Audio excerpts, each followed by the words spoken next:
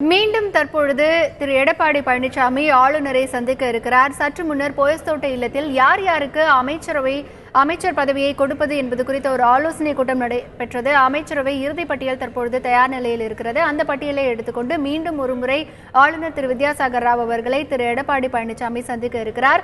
இது குறித்த கூடுதல் தகவல்களை தருவதற்காக எமது செய்தியாளர் சங்கரன் காத்திருக்கிறார். சங்கரன், சொல்லுங்க, திரும்பவும் திரு எடப்பாடி பழனிசாமி ஆளுநரை சந்திக்க இருக்கிறார். அமைச்சரவை இறுதி பட்டியலை எடுத்துக்கொண்டு அவர் இங்கே ஆளுநர் மாளிகைக்கு வர இருக்கிறார். எத்தனை மணிக்கு அவர் வர இருக்கிறார்? இது குறித்த அதிகாரப்பூர்வமான தகவல் என்ன வெளியிடப்பட்டிருக்கு? அதாவது இன்று காலையில் அதிமுக தலைவராக தேர்வு செய்யப்பட்ட எடப்பாடி பழனிசாமியை ஆளுநர் அழைத்திருந்தார். அதன்படி அவர் மூத்த நிர்வாகிகள் மற்றும் அமைச்சர்களோடு 10 பேரோடு நேரில் வந்து சந்தித்தார். அதன் பிறகு அவர் நேரில் சந்திக்கின்ற சந்திப்பிற்கு பிறகு எடப்பாடி பழனிசாமியை ஆட்சி அமைக்க வருமாறு ஆளுநர் அழைப்பு விடுத்தார். இதைத் தொடர்ந்து அமைச்சர் ஜெயக்குமார் வெளியே பேட்டி அளித்த போது மாலை 4 மணிக்கு பதவியேற்பு விழா மிக எளிமையான முறையில் ஆளுநர் மாளிகையிலேயே நடக்கிறது என்று அவர் அதிகாரப்பூர்வமாக செய்தியாளர்களிடம் தெரிவித்தார். இதைத் தொடர்ந்து தற்போது இன்னும் 1 மணி நேரம் 1.5 மணி நேரம் தான் இருக்கிறது. இதற்கான ஏற்பாடுகள் தற்போது எடப்பாடி பழனிசாமி தற்போது வந்துவிட்டார். அவர் அமைச்சரவை பட்டியலை காலையில் ஆளுநர் மாளிகைக்கு வந்து சென்ற பிறகு நேராக போயஸ் கார்டன் சென்று அவர் அமைச்சரவை பட்டியலை தயார் செய்து தற்போது அந்த பட்டியலை ஆளுநரிடம் வழங்குவதற்காக தற்போது உள்ளே வந்துவிட்டார்.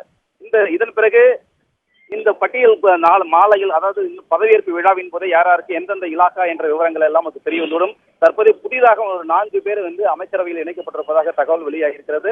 அதாவது செங்கோட்டையன், அதாவது கட்சியினுடைய துணை பொதுச் செயலாளராக நேற்று நியமிக்கப்பட்ட டிடிவி தினகரன், அதேமாதிரி தேனி மாவட்டத்தைச் சேர்ந்த தங்க தமிழ்ச்செல்வன், அதுபோல் செந்தில் பாலாஜி ஆகியோரும் இந்த அமைச்சரவையில் சேர்க்கப்பட்டிருப்பதாக தகவல் வெளியாகிறது. இது ஒரு அதிகாரப்பூர்வமான இந்த பட்டியலை தற்போது ஆளுநரிடம் அவர் வழங்கிவிட்டால் பதவி ஏற்கும் போது இன்னும் ஒரு சில மிக விரைவில் இது அதிகாரப்பூர்வமாக அந்த பட்டியல் வெளியாகிவிடும் என்று எதிர்பார்க்கப்படுகிறது. தற்போது அவர் மூத்த அமைச்சர்கள் சிலருடன் அவர் உள்ளே சென்றிருக்கிறார். இந்த பட்டியல் ஆளுநருடன் வழங்கப்பட்டவுடன் இந்த பட்டியல் பதவியேற்புக்கு முன்னதாகவே யார் இந்த அமைச்சரவை யாருக்கு எந்தெந்த இலாக்கா என்ற விவரங்கள் எல்லாம் அதிகாரப்பூர்வமாக வெளியாகிவிடும் என்று எதிர்பார்க்கப்படுகிறது. எப்போது இந்த அதிகாரப்பூர்வ அறிவிப்பு வெளியாகும் சங்கரன்? ஏனென்றால் இப்போது பட்டியல் இன்னும் சிறிது நேரத்தில் ஆளுநரிடம் கொடுக்கப்பட்டுவிடும். யாருக்கு எந்தெந்த இலாக்கா அப்படின்னு அதிகாரப்பூர்வமா நமக்கு எப்ப தெரிய வரும்? அதுதான் வழக்கமா பதவி ஏற்பதற்கு பெரும்பாலும் பதவியேற்ற உடனேயே அந்த பட்டியல் அதிகாரப்பூர்வமா வெளியிடுவாங்க. இல்லைன்னா சமயம் அந்த பதவியேற்பதற்கு சற்று முன்னதாகவே அந்த பட்டியல் வெளியாகிவிடும். தற்போது பதவியேற்பிற்கு முன்னதாகவே இந்த பட்டியல் வெளியாவதற்கு வாய்ப்புகள் இருக்கின்றன. தற்போது 4 முதல் ஒரு 5 பேர் இந்த அமைச்சரவை பட்டியலில் புதிதாக சேர்க்கப்பட்டிருப்பதாக நம்ம எதிர்பார்க்கப்படுகிறது. இந்த பட்டியல் அதாவது 4 மணிக்கு விழா என்றால் அப்போதே அதற்கு சற்று முன்னதாகவே இந்த முழுமையான விவரங்கள் எல்லாம் தமிழக அரசினுடைய மூலமாகவே செய்தியாளர்களுக்கு தெரியப்படுத்தப்படும் என எதிர்பார்க்கப்படுகிறது. இன்னும் கொஞ்ச நேரத்தில் அந்த விவரங்கள் எல்லாம் தெரிய வந்துவிடும். சங்கரன், இப்போ ஆளுநர் மாளிகையில பதவியேற்பு விழாவிற்கான ஏற்பாடுகள் எல்லாம் தொடங்கிவிட்டதா? அங்க நிலவரம் எப்படி இருக்கு?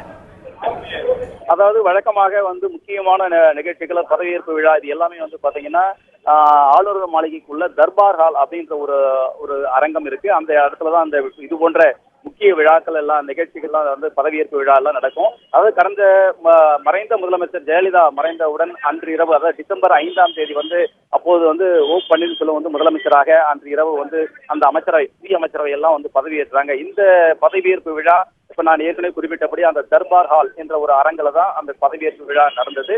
தற்போதும் அதே அரங்கில தான், அந்த தர்பார் ஹால்ல தான் பதவியேற்பு விழா மிக எளிமையான முறையில் நடைபெற இருக்கிறது. தற்போது இதற்கான ஏற்பாடுகள் எல்லாம் அங்கே ஒதுக்கிவிட்டதாகவே நம்ம ஆளுநர் மாளிகை வட்டாரங்கள் தெரிவிக்கின்றன.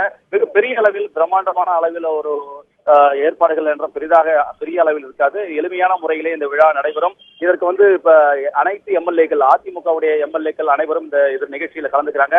இன்னும் சற்று நேரத்தில் அவர்கள் கூவத்தூர்ல இருந்து அனைவருமே ஒவ்வொரு வாகனத்திலும் ஒரு 5 பேர் 6 பேர் வீதமாக கிளம்பி இங்கே வருவதாக அந்த தகவல்கள் தெரிவிக்கின்றன. அனைத்து எம்எல்ஏக்களும் அதை ஏற்கனவே மீன்வளத்துறை அமைச்சர் ஜெயக்குமார் குறிப்பிட்டிருந்தார். 125 24 எம்எல்ஏக்கள் தங்களுக்கு ஆதரவு தெரிவித்துள்ளதாக ஏற்கனவே தெரிவித்திருக்கிறார். அதன்படி அனைவருமே அங்கே புறப்பட்டு தற்போது ஆளுநர் மாளிகைக்கு நோக்கி வந்து கொண்டிருக்கிறார்கள். ஒரு 3:30 மணிக்குள்ளாக அனைவரும் 3:30 3:45 மணிக்குள்ளாக அதிமுக உறுப்பினர்கள் அனைவரும் இங்கே வந்து சேர்ந்து விடுவார்கள் நாம் எதிர்பார்க்கலாம். இதற்கு முன்னாக தற்போது எடப்பாடி பழனிசாமி உள்ளே சென்றிருக்கிறார். முதலில் 4 மணிக்கு விழா நடைபெறும் என அறிவிக்கப்பட்டிருக்கிறது. அதன்படி குறிப்பாக 4 மணியிலிருந்து ஒரு 4:30 மணிக்குள்ளாக இந்த பதவியேற்பு விழா துவங்கிவிடும் நடக்கும் என்று எதிர்பார்க்கப்படுகிறது. முதலில் எடப்பாடி பழனிசாமி முதல்வராக பதவியேற்பார். அதைத் தொடர்ந்து அமைச்சர்கள் எல்லாம் ஒவ்வொருவராக பதவியேற்பார்கள். இதையொட்டி இங்கு ஆளுநர் மாளிகை பாத்தீங்கன்னா ஒரு விழா கோலம் கொண்டிருக்கிறது. கட்சி ஆதரவாளர்கள், கட்சி தொண்டர்கள் அனைவரும் பாத்தீங்கன்னா ஆளுநர் மாளிகை நோக்கி வந்த வண்ணம் இருக்கிறார்கள். இதையொட்டி ஏராளமான போலீசார் பாதுகாப்பு இங்கே போடப்பட்டிருக்கிறது. இன்னும் சற்று நேரம் இன்னும் இதன் மூலமாக ஒரு காலையில் ஆளுநர் ஒரு அதிகாரப்பூர்வமாக அவருடைய அறிவிப்பை வெளியிட்டு தொடர்ந்து ஒரு 10 நாட்களாக நீடித்து வந்த ஒரு குழப்பம் முடிவுக்கு வந்ததை அடுத்து அதிமுக தொண்டர்களிடையே ஒரு மிகுந்த உற்சாகத்தையும் எழுச்சியும் ஏற்படுத்தியிருக்கிறது நாம் சொல்லலாம். அவர்கள் இந்த விழாவை எதிர்நோக்கி காத்திருக்கிறார்கள். தற்போது இன்னும் விரைவில் இன்னும் ஒரு 1.5 மணி நேரத்தில் இந்த விழா நடைபெற இருக்கிறது. இது குறித்த தகவல் எல்லாம் இன்னும் அமைச்சரவை பட்டியலை பொறுத்தவரை இன்னும் மிக விரைவில் வெளியாகும் நாம் எதிர்பார்க்கலாம். சங்கரன், இப்போ பதவியேற்பு விழா மாலை நடைபெற இருக்கக்கூடிய நிலையில காவல்துறையினரின் பாதுகாப்பு எப்படி இருக்கு? இன்றைக்கு அதிகரிக்கப்பட்டிருக்கிறதா?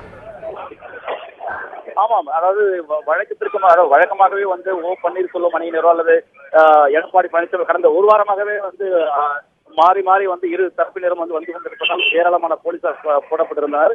இன்று பதவியேற்பு விழா நடைபெறுவதையொட்டி அதிக அளவில் போலீசார் நிறுத்தப்பட்டிருக்கிறார்கள். கிட்டத்தட்ட ஒரு தற்போதைய நிலவரப்படி பார்த்தால் ஒரு 400க்கும் மேற்பட்ட போலீசார் பாதுகாப்பு நிறுத்தப்பட்டிருக்கிறார்கள்.